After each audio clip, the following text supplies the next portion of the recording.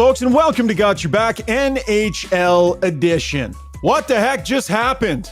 Wow, Super Tuesday, 11 trades across the National Hockey League, and some absolute doozies as James Duthie is pulling his hair out. Have you seen his Twitter feed? Hilarious. Poor James. Made for a fun day, though, and it's going to make for a fun podcast today. Getting to Pierre Lebrun and Mike Johnson in just a minute. A reminder, Got Your Back, brought to you by Cross Country Canada Supplies and Rentals. They provide equipment and supplies to all facets of the Canadian construction industry, but what sets them apart? Their get-her-done attitude. It's a core value of their company. They have it proudly displayed on the walls at their branches. Every one of their staff members lives by that get-her-done formula to ensure they never let the customer down. They take great pride in that attitude. And we are proud to have Cross Country Canada as title sponsor here on Got Your Back, Lebrun and Rishaug. And Johnny. Morning, guys. What's up? What's going on, boys? What a day. It's funny, Shoggy, we're sitting there and you and I are obviously totally invested in the hockey world. But we're kind of like watching this, reacting to it, and then you got Pierre, who's right in the thick of the mud, trying to figure out this and just talk about pulling your hair out. I can't even imagine. And it was fast and furious. It was like one after another coming at you, Pierre. I don't know. I'm assuming you slept well or didn't sleep at all. One of the other two last night.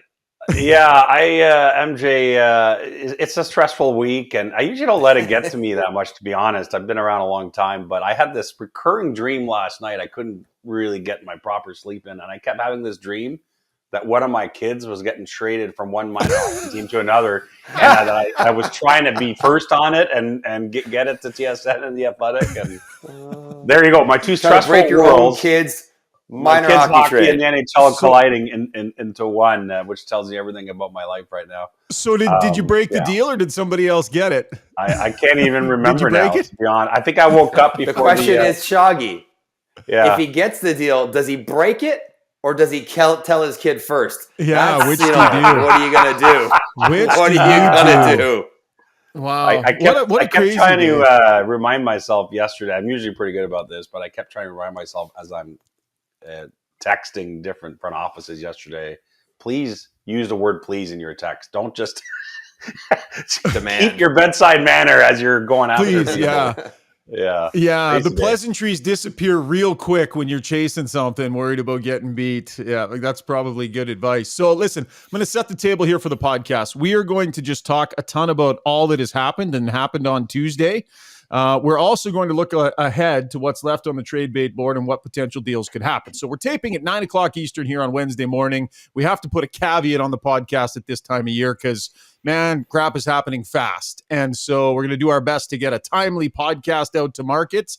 But things change and things happen fast. So we're going to keep that in mind as we tape today's podcast. And by the way, Pierre, you have full permission to be on your phone as much as you need to be on your phone.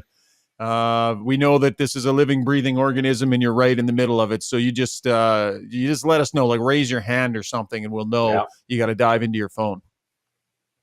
Sounds good. Okay, guys, lots to break down. So let's get to the breakdown. And we are absolutely thrilled to welcome to a new sponsor here to Got Your Back, Kuma Outdoor Gear. They've got a wide range of gear to fit all your outdoor needs, from super high quality camping chairs, comfortable and luxurious. And by the way, did you know that they come heated as well? Pierre, I'm thinking for you out at the cottage in the summer, maybe for around the fire. Amazing. Yeah, fantastic. They got tents, sleeping bags, travel games, pet products, drinkware. There's absolutely no reason to be any less comfortable outside than you are in your living room. And Kuma will help make sure of that. It's available across North America.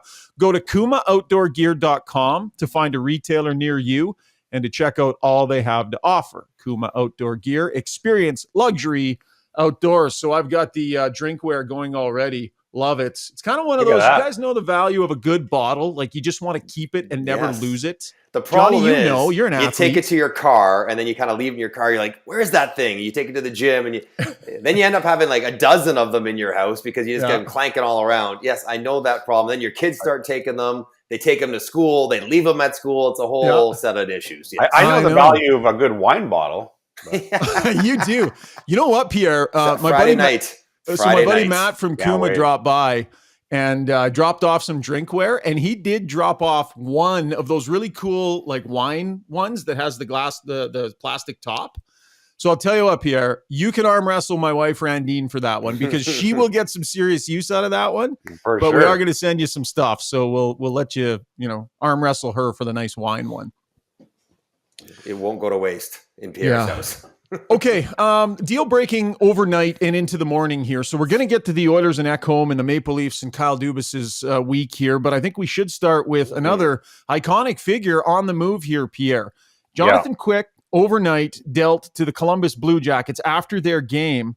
Maybe just round out what we know about how this went down and what the overall deal looks like. Yeah, so we started getting hints about this possibility during the day yesterday, and eventually Dregs put out a speculative tweet on the possibility. And what happened is Columbus, let's go way back. After the Gavrikov deal with Boston fell apart last week, which was very aggravating to the Blue Jackets because they thought they had a deal done with the Bruins, but the Bruins pivoted to Orlov. Columbus had to reset the market. And one of the things they did is they started going to teams and saying, is there any interest if we package Gavrikov with Korpisalo? Both pending UFAs, but, maybe there's some teams out there that needed both a D and a goalie. I can think of a few. And of course, LA was one of them. I mean, Phoenix Copley, has done a terrific job after being called up from the AHL. But let's be honest, this is a playoff team that, was supposed to have Cal Peterson as their number one this year, just has not worked. Jonathan Quick, obviously at the end of his tenure. So this makes sense for LA in the short term. I think the Kings are going to go out this summer and really try to address the goalie position in a more impactful way. So Columbus made their calls, and of course Columbus is trying to get their first. They had a first in the Boston deal, and I was dubious whether the first was still there this late in the game. If for no other reason, so many firsts have been traded already by contenders. Mm-hmm. So pretty good job. I mean, it's going to be Gavrikov and Korpisalo to LA. By the time people watch this, it's already been announced. And then Quick, a first and a third. The first is conditional, but. So pretty good job by Jarmo Kekalainen from Columbus to still get his first out of this deal, but by being creative and finding a team that needed both goalie help and help on the left side, of course, with Gavrikov.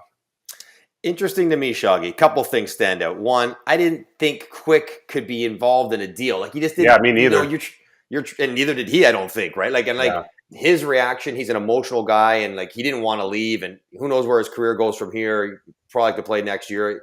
But he didn't want his Kings tenure to end this way. What that does to the Kings room, taking him out of there, that's going to be something to deal with on the fallout. I'm curious, does he show up to Columbus? I know, he doesn't have to. He can forego 6 weeks of salary if he doesn't want to. You don't have to go play if you don't want to. Now, Columbus probably doesn't even care because they want the picks. Right. And all due respect to Quick, who's two-time Stanley Cup champion, but the Blue Jackets, obviously, it's all about Connor Bedard right now. So Yeah. But we don't see that often, so I'm curious to see how that shakes out. And the other part of it is Korpisalo's having a good year after 2 down years, had a hip procedure, feels like he's healthier, feels like he's on top of his game. Mm-hmm. He's walking to a pressure cooker. He hasn't played a meaningful game for a couple of years with Columbus, and so we'll see, how he does with LA under that kind of pressure, replacing an icon like Quick, which probably just makes it that much more. He was great, if you remember, MJ. I'm sure you do, but he was great against Toronto. He didn't play every game in the bubble. In the bubble, in that pre-playoff series, whatever you consider it, the play-in, the play-in. He had some pretty good games in that Leaf series. Yeah, Pierre, quickly, I'm curious because Gavrikov seemed to be pretty particular about where he was going to go because he was might not have wanted Edmonton because he wanted to go somewhere specific or wants to explore the market specifically.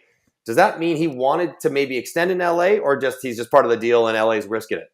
I had the exact same thought this morning. I reached out to someone close to Gavrikov, was told there is no extension as part of this trade, but we'll see, But is he willing to consider LA?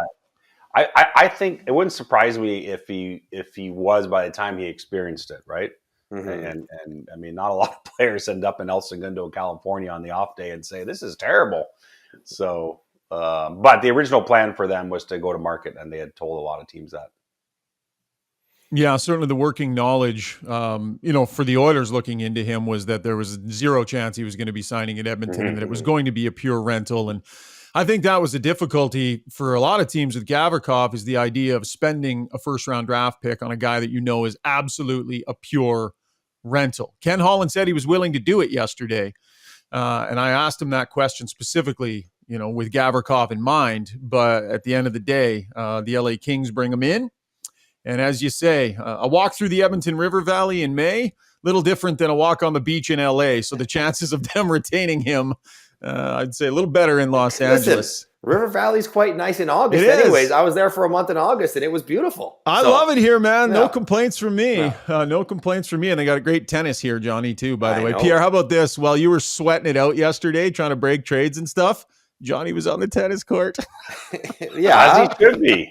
He should be. The worst part is, that's maybe the only, couple hours in my day when I'm unavailable. My phones are off, my watch is off. I'm just, I don't have any idea what's going on. If I'm phone is off, everything I can still be getting hold of. So I came off, walked off the court. I'm like, whoa, what the heck just happened? 39 emails. What is happening right now? Yeah. So we're going to talk to Toronto Maple Leafs. My phone will be off Friday night, just so you know. Yes. So we're going to talk to Toronto Maple Leafs. We're going to talk the Edmonton Oilers. By the way, those two teams are playing here in Edmonton tonight, so that's going to be interesting. And the principals involved in all these trades, I think, expected to be ready to go. Word is that Ekholm is on his way to Edmonton today and expected to play here tonight. So let's start, guys. Johnny, real quick. Yeah, they process his visa that quick? Yeah, it's amazing. You can just get that done. I thought it takes 2 or. Okay. No, it can actually be done fairly quickly. Because it usually takes 2 or 3 days. Well, I'm just going with what I'm being told. Okay. They get their big shutdown defenseman in the lineup tonight. Right. So sequence of events yesterday for the Edmonton Oilers. Early in the day, word breaks that Jesse Puljujärvi, at long last, because this trade has been talked about for years in this city, gets moved to Carolina. I thought a good trade from Ken Holland, not having to give up any draft picks to get somebody to take Puljujärvi's full salary. But they did that deal poised for another deal. Weren't sure at the time which one it was going to be, but we knew they were hunting for defensemen. After that deal, you guys, we go into the Oiler locker room and we talk to Connor McDavid about Puljujärvi being traded. Here's Connor McDavid after the Puljujärvi trade, before the Ekholm trade. No, you're always thinking about your team and kind of how you stack up. So definitely not a fan of teams absolutely loading up so far. But obviously that's going to happen this time of year, And I'll fill in the rest of that for him. We need to do the same. Mm-hmm. And so a few hours later, I'm not saying this is why the trade was made, but listen, they sit there and watch everybody loading up. And most of the East, Oilers, though, to be fair.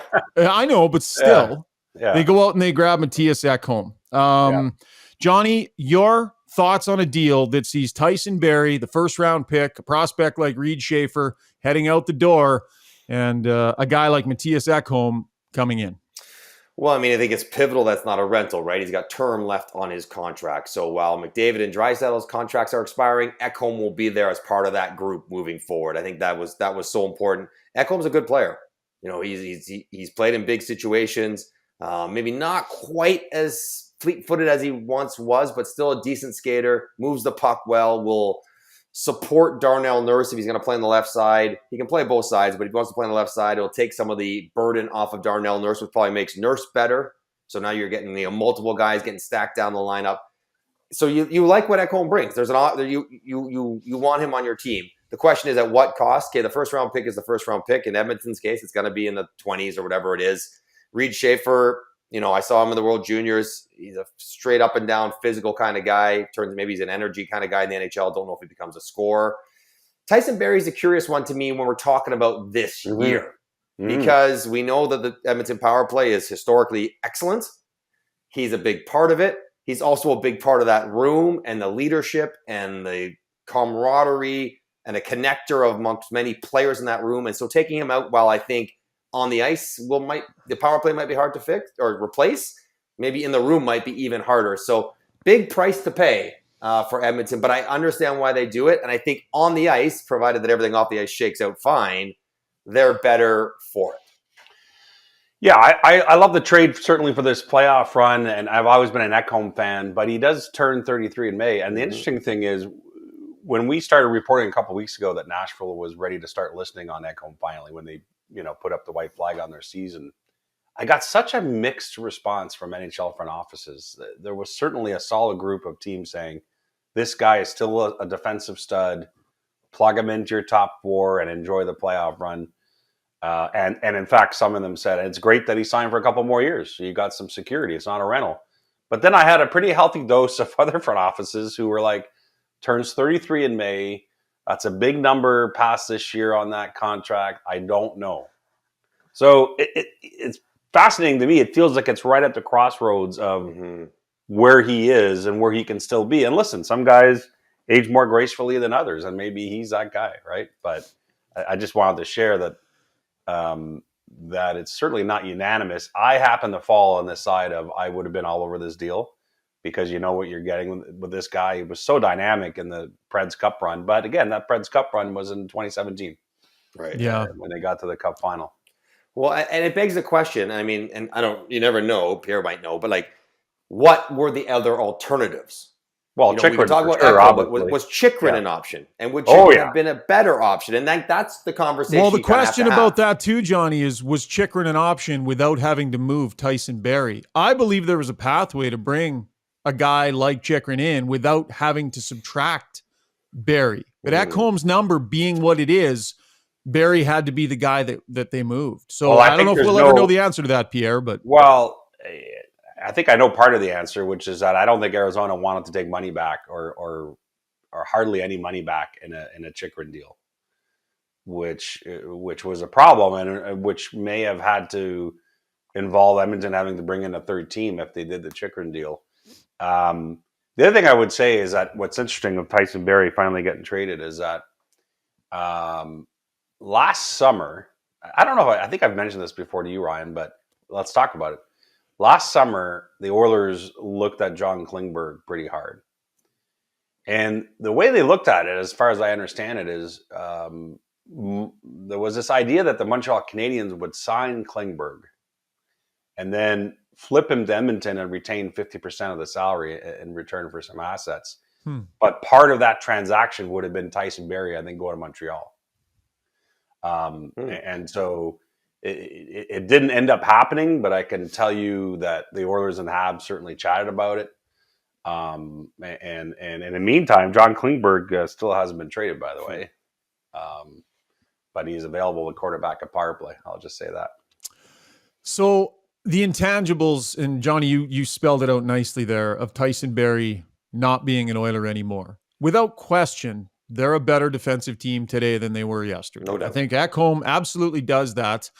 And Ken Holland's most important job was to give this team a better opportunity to defend when it matters the most. So from that standpoint, job accomplished. And that was bold and it was big and he got the job done. But I think we do need to dive into the nuance here. This Oiler power play is such a finely tuned weapon. It is an all-time. And I'm here to tell you, for people that will say, well, that's Draisaitl, that's Nugent Hopkins, that's McDavid. Yep, those guys are critical to that power play. Tyson Barrie is crucial. He is sure-handed. He's deceptive. He walks the blue line in a way that a lot of defensemen can't. They are like this organism they've been together so long doing this. He understands how they want to move. Exactly. And where to get them the puck to be successful. He like, intuitively, he gets that. And so you pull him out.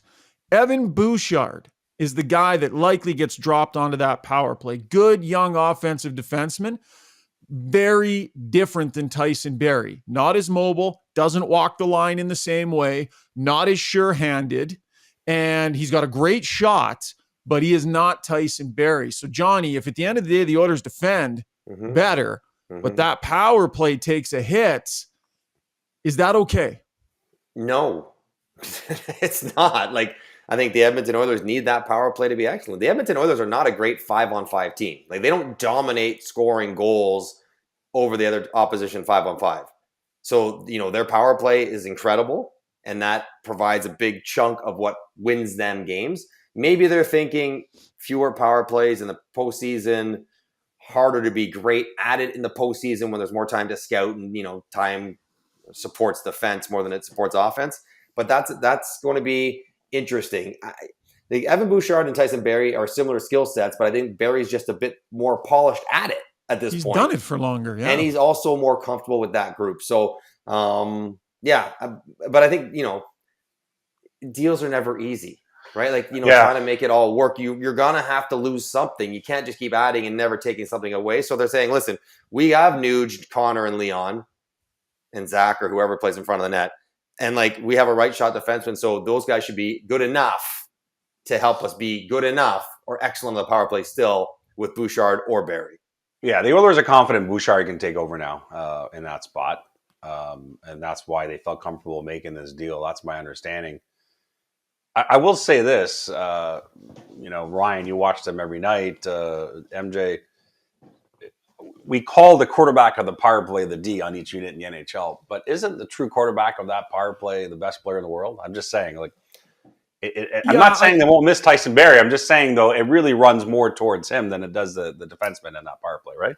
What I would say is that the two players who are underrated on that power play because they get touches on every single zone setup. Ryan Nugent-Hopkins and Tyson Barrie. Tyson Barrie is the one that starts the play back at his own end. He's the one that's got to make the call and make the perfect drop pass to McDavid, or he's got a critical decision to make when the breakout starts. He makes critical decisions at the blue line, and every time they set up, it flows through Ryan Nugent-Hopkins and Tyson Barrie. Every time. Very seldom do they walk into the zone and it's McDavid and Draisaitl and in. They get lots of touches. So Evan Bouchard's good. He's a good young defenseman. He hasn't had much confidence this year, and he struggled this year, but he can run a power play. That's why they drafted this guy. Well, it's time to find out, right? Well, what I would tell you, though, Pierre, is they would have been very happy for Evan Bouchard to have taken a big chunk of this power play this year, and they tried early in the year. Right. And Barrie was far and away better in that spot, and Barrie has basically taken over that spot. Now, the numbers, and people pointed this out to me on Twitter, would show there's not a huge drop-off between Barrie and Bouchard when either or is on the power play. But I'm telling you, the eye test, Tyson Barrie is a more mobile, blue line walking, decision-making, sure-handed guy in the moment. So we'll see how it manifests itself. And for what it's worth, obviously a popular guy in that room, right? Tyson Barrie was. And hugely. And tight with the captain. McDavid. Yeah. So tight with the captain. I don't know, Johnny, and Matthias Ekholm is a heart and soul guy, community, locker room. He's that guy. He's beloved in Nashville. But he's new. Yeah. You're not criticizing Ekholm by saying they're going to miss Tyson Barrie. No one's saying they're not going to dislike Matthias Ekholm. They'll get to know him and love him too. But it will take a few days. But listen, this is the nature of the sports. Like, Connor McDavid might be upset that his buddy's gone. Leon Draisaitl might be upset that his buddy's gone. Whoever might be upset that Tyson Barrie's gone. And that's understandable. And that's human and real. But it's amazing, like, you go to rink the next day, he's gone. Like, and you move on. And they'll hang out in the summers and they'll get together and cross paths along the way. But you will get over it. But it might take, a few days. But I think, you'll get over it. And you have a good player coming in. So you get what's happening. And then once you start playing, start winning games, get towards the playoffs, you just move past it. Yeah. Matthias Ekholm on a Zoom call last night. Oiler fans will like hearing this. I can promise you I'll do my best and do my all for the team to win. I'm a team first guy, and that really is the only thing that matters to me.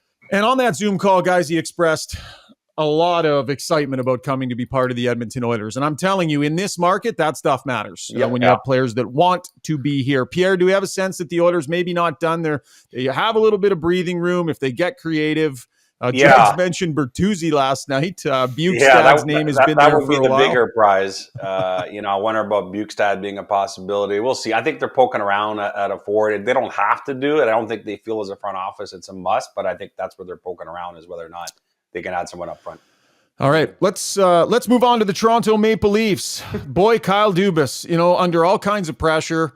Everybody knows the contract situation. Everybody knows the expectations. And over a period of days, he completely, I don't want to overstate it here, Johnny, but changes the personality of his team as they hurtle towards the playoffs here. How would you, Johnny, describe the changes that Dubas has made? How would you capture it?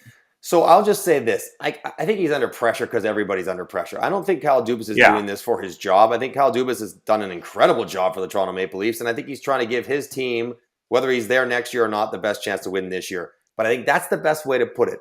He hasn't changed his team because the most important players are still here. And those are the players that are going to dictate how they play, the personality of the room, whether they're even successful. But he's changed the peripheral vibe, the jam, the tenor of the way that they will play by changing all these different players. And I think it's an acknowledgement that saying, like, I believe in the guys we have, the core players, but I also accept that we need some more different kind of support players around them to win in the playoffs. Now, they've been incredibly close. We know this, all these game 7s and game 5s that they can't get through. But just by bringing in a little bit different vibe to those kind of players, and there's a pretty common theme, right? Like, you know, between Schenn and Achari and O'Reilly and Lafferty and McCabe, not necessarily Gustafsson, but they're all kind of physical, competitive, checking, feisty, competitive, slightly defensive mindset kind of players. And then you meld that with the high-end guys that they have that are all having great years, except for maybe Austin Matthews, who's not having as good of a year. And I think he's saying, I believe in the group so much, I'm now giving you something different. And also, I'm saying the path we took the previous 5 years probably wasn't the exact right one. Because I'm deviating from that look in a major way to try to do this. So, and I mean, there's all in and then there's all in. And he's all in. There's not a lot of draft picks flying around left over. There's going to be not a lot of players to be played next year. How about getting a first back, though? They did get a first back, which I'm like, as soon as they got the first back, I'm like, they're clearly trading it somewhere else. Trading that out the door. Like, they're going to give that somewhere else to get another player, Pierre. But I think it's just an acknowledgement, the change of the personality, but not really of the soul of the team, if that makes sense. Yeah, no, that was well said, MJ. It's exactly it. I'm not minimizing a lot of the players they've gotten here, but they moved a lot of the deck chairs around the core. But important deck chairs, like guys that can make a difference in a playoff series. And I remember thinking last year when Tampa won in Toronto in Game 7, another first-round loss for the Leafs, Nick Paul, the hero for Tampa, a trade deadline pickup who's a support player. And I'm not saying that's the kind of thing that can influence the Leafs, but it's like Tampa every year goes out and gets those guys, right? And they've done it again this year with Tanner Jeannot.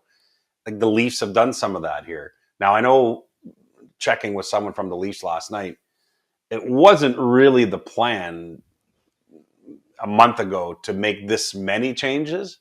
Certainly they wanted to have a major forward add, and they got that in Ryan O'Reilly, and they wanted to strengthen the defense after the loss of Muzzin, and McCabe was always a target. But one of the things that happened is you let the deadline come to you, and as the Leafs were poking around in all these different things, because, you know, you got a list and you're interested in a lot of different guys, they realized that a lot of the guys that were interested in were still available even after some of these moves. And so they stuck with it, and they said, you know what?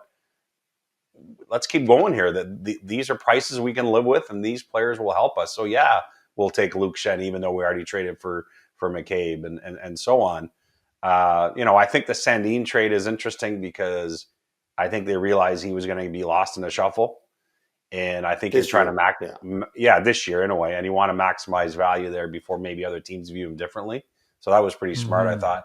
I thought it was shrewd. Yeah. Well, they basically got the same player. Yeah. But an older guy who's going to expire in Gustafsson, who's having a better year than Sandin. Because I think both those guys are like the seventh defenseman in a playoff series. Like, they may play, they may not, depending on the situation. I'm curious, though, maybe Ryan, you as well. Like, Luke Schenn, who has really had a great career arc from Toronto and future captain to maybe too slow to now trusted veteran and valued player. I don't know if he plays all the time in Toronto. Like, I don't know if they got a lot of bodies into the top 6. Like, is he gonna, like, it's him or Justin Hall? One of those two guys is going to play. I think. So it's a great problem to have, and that's assuming everyone's healthy, which is a huge assumption. But I mean, I don't know. Like, I don't want to diminish his arrival in Toronto, but I don't know if, like, I don't even know if he's going to play every game. I don't know. Pierre, we go to the Stanley Cup final most years, and how many times a Stanley Cup championship team, you look at the forward and the defensemen who aren't in the lineup, the guys, if they're healthy, like, good players sometimes can't crack the roster. That's the way it's supposed to look. I remember the St. Louis Blues, the year we covered them heading to the Stanley Cup final. It was like Robert Thomas just scrambling to get into the lineup, right? Tyler Seguin back with Boston back in the day. The Oilers now on the blue line. Philip Broberg, good young player, might not be in the lineup every night. Like, that's the way it's supposed to be on championship teams, Pierre. And again, and what it tells you about the Leafs is that, they haven't won a first-round playoff series in 19 years, 2004. I just, again, the weight on this franchise. But the point is, they haven't made trying to win one. They want to go deep. It's not just about winning run. It's about, if you do go deep, most teams end up using 9 to 11 defensemen during a 4-month grind, because it is a grind and there's injuries and so on. So this is planning for a team that, again, in this regular season has proven to be elite. All the numbers suggest it. And so you're not just planning to beat Tampa, which is the first step, of course, but you believe in your team and you're saying, here are all the tools so that we can go deep. And that's why I think Kyle Dubas did a good job. Now, at the end of the day, if they lose again in the first round, we know how it's going to be. But you know how it's going to be? It's on the players. Like maybe the players aren't as good as Tampa. Like if they lose again, it's on the players. You can't say, GM didn't give us a chance. Yeah, this is what I wanted to ask you guys, Johnny. I'll pause you there. I want to pose this question. With the deadline week that he has had, with the additions that he has made, with this strategy that he employed and the deals, as we look at all of them right now, has Dubas moved the bar for his potential of being re-signed? So before the deadline, I think we all would agree, if he didn't win at least 2 playoff rounds this year, it was probably over. Some might even say it needed to be more, that there wasn't going to be an extension.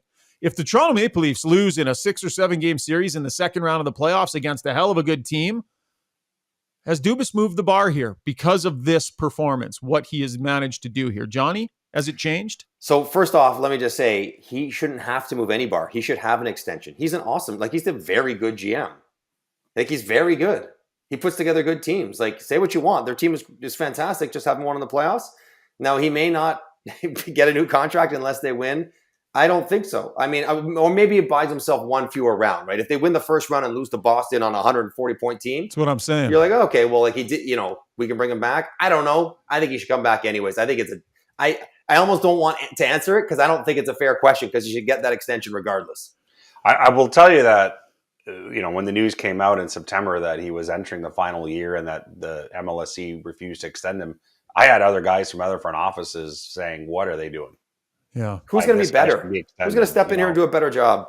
But I also, if I put on my business hat and know that it's been 19 years, and so much of that predates Kyle Dubas, of course, but 19 years since the most profitable team in hockey has been able to recoup finances out of the first round.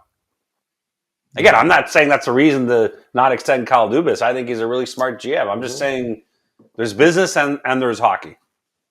This is going to be fascinating. O'Reilly, Achari, Lafferty, McCabe, Shen, Gustafsson, and the first. Bunch of stuff, bunch of picks going out the other direction, but dramatic change. And I don't think they're done. I don't think they're done. Now, it may just be that. There you go. It may just be that they have to, move a body out. They don't have to, by the way. They're cap compliant, even with Matt Murray when he gets activated.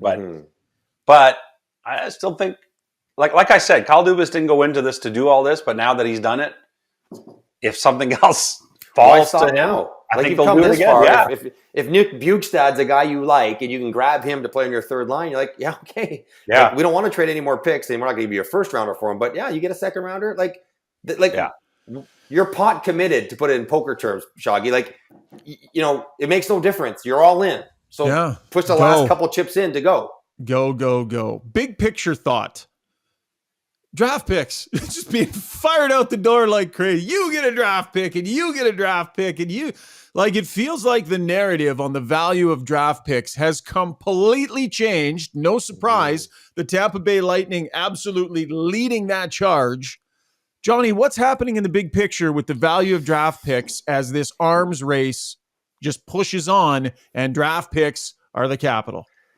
I think you said it's as an absolute change in philosophy around the NHL about the value of draft picks. And I think if you heard Julian Brisebois or read his statement from a couple of days ago, talking about they assign value to each one of those picks, and they know what they think they know what they're worth. And they're also, their worth to support, to help their team now in the next 2, 3, 4 years is almost negligible. So I think teams now feel if their window is here, draft picks aren't going to help them.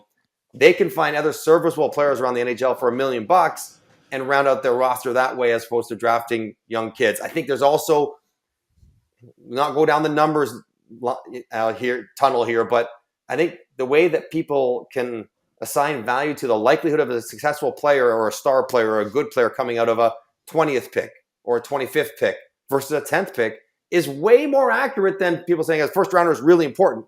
Well, not so much if he's 25th overall. Like, it's a bit of a crapshoot. If he's in the top 10, it's different. That's why not many top 10 picks get traded, but a whole bunch of later rounders. I think you have more non-traditional GM and front office members who weren't just maybe former players who bring a different approach to it. It is fascinating. It is progressive. It is smart. It's more entertaining. And it's a change that is maybe overdue, but it's absolutely happening right in front of our eyes. Yeah, and you mentioned Breezeball. I mean, absolutely, Tampa Bay believes that none of the draft picks that they traded away to Nashville could crack their lineup in the next 4 years. Essentially, that's now. If this core in Tampa ages quicker than they thought in terms of their effectiveness, then this absolutely could be a disaster in 3 or 4 years. But right now, they're a great Al team. Murray, and you're saying, Al, make some lemonade, buddy. Find us some gold. Well, and the bottom line is that Jeff Finnick, the owner, has signed off on this vision, which is let's double down on our window right now, and that's important, managing up when you're a GM. The other thing is, and in this case, Tampa traded a 25 first-rounder, so that's far out. But in terms of the 23 first-rounders that have been traded over the last couple of weeks, NHL front offices have looked at this draft, and obviously we know how exciting it is at the top. But what I've heard from front offices, and I'm not a draft guru like a lot of our colleagues are, that after 10 or 12, it starts to be a little wide open. And so I think there's a lot of people have perceived to be less value in the bottom half of that first round. And I think that's why maybe less reticence to move those picks. And one other thing, as this philosophy starts to permeate the league, I trade you a first round pick. I'm Toronto. I trade one to St. Louis. I also know I can get one back. You know what I mean? If multiple teams are willing to make moves, like 2 years down the road, if it's not working out, you can get first round picks back by trading your good players at that point. So the fact that everyone's opening up their eyes to this kind of also helps facilitate more transactions. To your point, what if Tampa decides in 3 or 4 years that the party's over and they've taken their whacks at it, and maybe they won another cup along the way, but there's still some good hockey left in Kucherov or whoever, and they recoup some assets then if they move them. I mean, there's all kinds of ways to look at this. And, St. Louis now has 3 first round picks. They made an offer for Timo Meier. Tried to flip it from Meier, right? Yeah. Washington's already turned around one of their first. I think Columbus is going to take a run at Jacob Chychrun in the next 24 hours. Now that they've recouped another first round pick. So, that's to MJ's point. That's just because you're moving your first doesn't mean you're packing it in for a few years, right? There's a different way to retool with it all. All right, guys, great segment. That was the breakdown brought to you by our good friends at Kuma Outdoor Gear. Welcome to the podcast, Kuma Outdoor Gear. Okay, now for the segment that might be completely useless in an hour, because we're going to try and prognosticate a little bit, but I can't imagine we'll have another day like that. It's 9:40 a.m. Eastern right now as we take 9:40 a.m. Eastern time. Pierre wants to square that away. Listen, if anything dramatic happens, we'll just strike the segment. But listen, we're playing some games and having some fun, so if we're proven wrong on this one, then no big deal. We're going to call this, I'm making up a name on the fly, bait and hook? No. Match game. Let's go match game. Match game brought to you by Liberty Smart Security, a company that specializes in having your back. High quality advanced smart security systems for your home or your business. Liberty Smart Security uses leading edge technology to protect the things that you value most in life. Your home is your castle. Protect it with Liberty Smart Security. Visit libertysecurity.ca. Left my garage door open the other day. My heated garage was leaving for multiple hours, and my Geo system, because of Liberty Smart Security's technology, sent me a note saying your garage door has been open for the last 4 minutes, turned around, was able to close it, and save myself a bunch of money. Love the Liberty Smart Security systems. Save you money, keep you safe. Okay, I don't know. We can't afford any music to be dropped in post-production, so match game music, it's like something like that. Nice. That's better than your acting. Your beatboxing is far superior to your acting. Who is left on the trade bait board as of 9:43 Eastern time on Wednesday morning, and where might they go? Starting with you, Pierre. You just gave your answer, so I'm going to Johnny on this one because I know yours. Right at the top of the list, Mike Johnson, destination for Jacob Chychrun. Jacob Chychrun will go back to Arizona.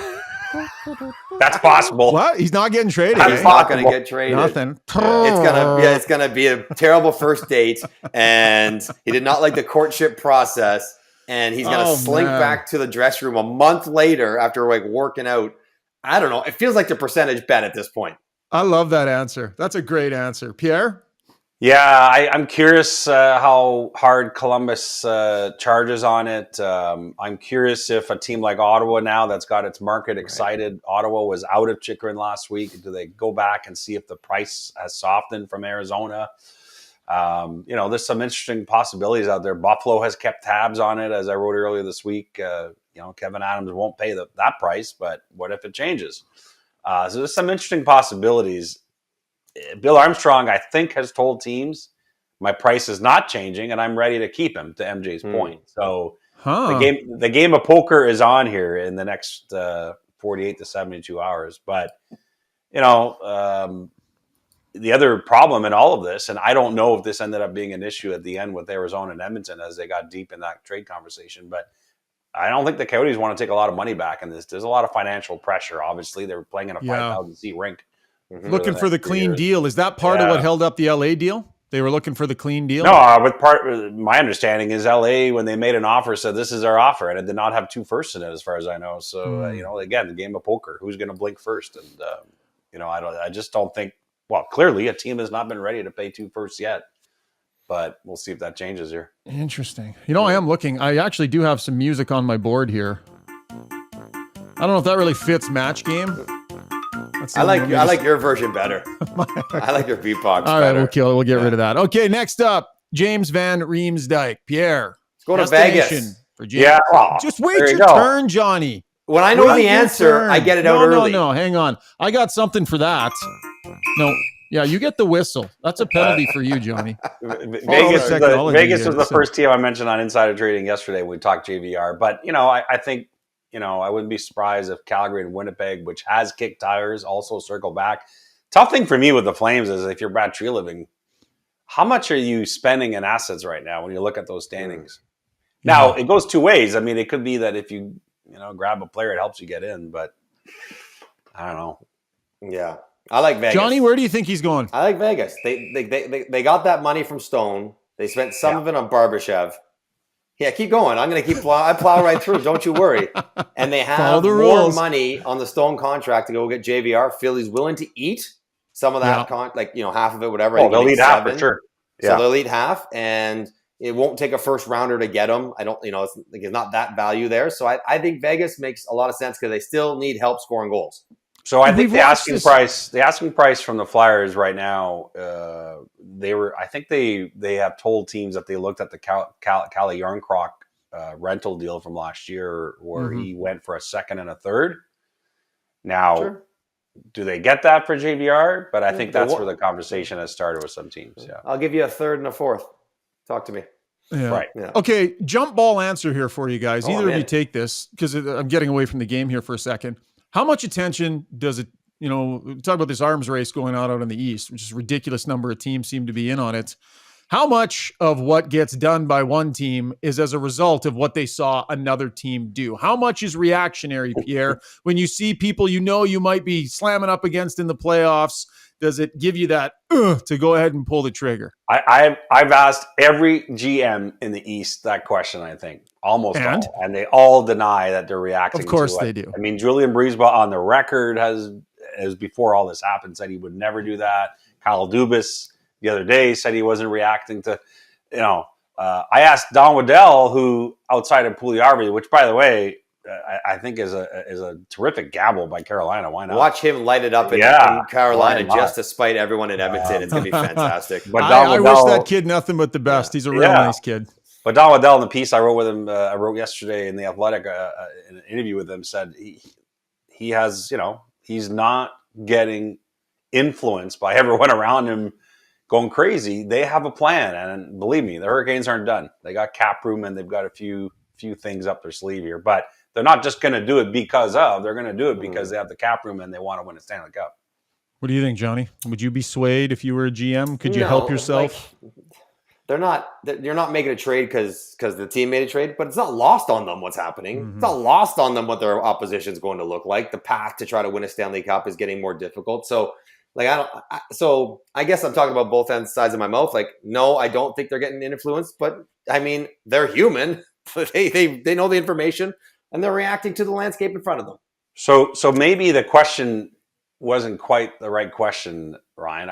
Sorry. No. Do you want to do my job, Pierre? No. But I think what's more Yes, interesting is how do you manage up at this time of year with ownership if you're a GM? Right. Good point by you, Pierre. You should think about I hosting. think there are a few owners out there that absolutely bring down the heat. Get them more emotionally involved. Yes. Right. I mean, listen, like, you kidding? Like, Daryl Cates in Edmonton. I mean, McDavid and Draisaitl and this market and everything. Of course, Daryl Cates would want to be taking an aggressive approach to this. But I'm just saying that's the real factor. That's a huge factor. Is how what's your managing up situation as a GM and yeah. Good point. I should have asked that, Pierre. I should have asked. Sometimes you got to say to the owner, you're crazy. I'm not doing that. You got to be able to tell your owner, no, this is why you hired me. We're not doing that. Yeah. And those are tough conversations. I think he's bitter because I brought James in to host last week, Johnny. Mm-hmm. And Pierre sent me a note. He was like, well, I guess I'm okay with that. Like, I was bitter too. Like, I can host this show. You were actually. I asked you and you were like, no. Okay. Listen, I could do it all, no problem. Well, now I got to figure out which of the two of you gets to host the next one that I can't be here at. I can't have this. MJ. That's how we do sure. it. We're co-hosts. Yeah. All right, let's keep the match game going, game. Pierre, because I got an answer for Tyler Bertuzzi. What do you got? I'm just going to go for breakfast. What do you got, Pierre? Tyler Bertuzzi. Okay, you're thinking about it. Winnipeg Jets. Oh, I like that. Well, that's why I said it. Because the Winnipeg Jets have they're right there. They could use help depth on the lineup.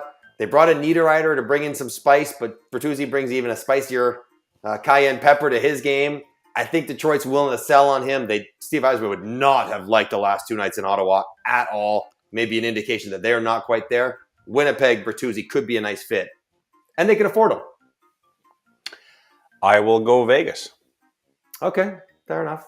Everyone's going to Vegas according to you. Got it. Well, if they don't get JVR, I think Bertuzzi's a higher end option. Every winger could go to Vegas then. You got to pick one or the other. Yeah. All right. Well, listen, since we're on the winger train, we'll go one more. Brock Boeser in Vancouver is fascinating to me. Has some term left. I'll be back in a minute, guys. You're doing great. You guys just keep it up. I'll be back. Okay, Johnny, you're doing good. I got something I got to take care of. With the term left, Pierre, they're trying to move money out of Vancouver. Could a return to the Minnesota? Could Pittsburgh be in the mix there? What's the likelihood of him? Where could he possibly go? If at all? I don't think Minnesota, after they acquired Johansson and Nyquist. I know Nyquist is injured, but I think that closes the door there. Listen, my sense is that Pittsburgh and Vancouver have had trade discussions over the last couple of days. I can't figure out whether it's about Boeser or JT Miller at this point. I honestly don't know, but the Penguins and the Canucks have engaged. Now, whether that leads to something, I don't know. But what about a Boeser for like a Marcus Pettersson? Numbers don't quite wash out, but you're taking some money away from a forward group that has too much of it and applying it to a defensive group for a decent defensive defenseman, something like that. I got to tell you something. I think it is so hard to move money that the Canucks might have to attach an asset to Boeser in a deal. Yeah. And that's not, I think Brock Boeser is a good hockey player. I just think the rest of that deal scares a lot of teams in this environment. I would not be surprised if he's dealt that there's an asset attached to being able to move him. All right, a couple more real quick. Joel Edmondson, he's not getting traded. We don't need to talk about him. He's not playing for Montreal. He's still not right. If he would have played, he probably would have been a commodity. I don't think he's going anywhere. And he's not going to be one of those injured guys who get traded just in case. Last guy for you, Ryan, since you're playing the game now. Yeah. Where's Lars Eller going? Welcome. I'd like to hear your thoughts on Lars Eller as our last matchmaker of the day. Lars Eller. I got one. Okay, go ahead, Pierre. You got a good one. Let it fly. We don't wait here. Yep, have at her. Give me, and again, this is just me playing matchmaker, not based on info, but I'm going to go Colorado Avalanche. I thought about that long and hard. Yeah. No? I don't know. Does he skate well enough out there? Because that means Third liner for your them? second line center. It's a great. Yeah. I thought about that too, Pierre, as the first instinct. I'm not sure though if the fit is right there, but I hear what you're saying. Shoggy, Yeah. Carolina? I give you Carolina. They're not big on Reynolds unless it's a medium price, so that's possible. Right. I mean, think back to last year. Carolina at like $2.59 Eastern picked up Max Domi literally for nothing. If you remember the deal. And by the way, Max Domi is of interest to Carolina again, I think, this time around. So we'll Good see. stuff. Okay, Johnny, that's it for did the you match say? game. Play the closing music, please. All right, here Well we go. done, Pierre and Mike. Ryan, thanks for participating. Yeah. Thanks, Johnny.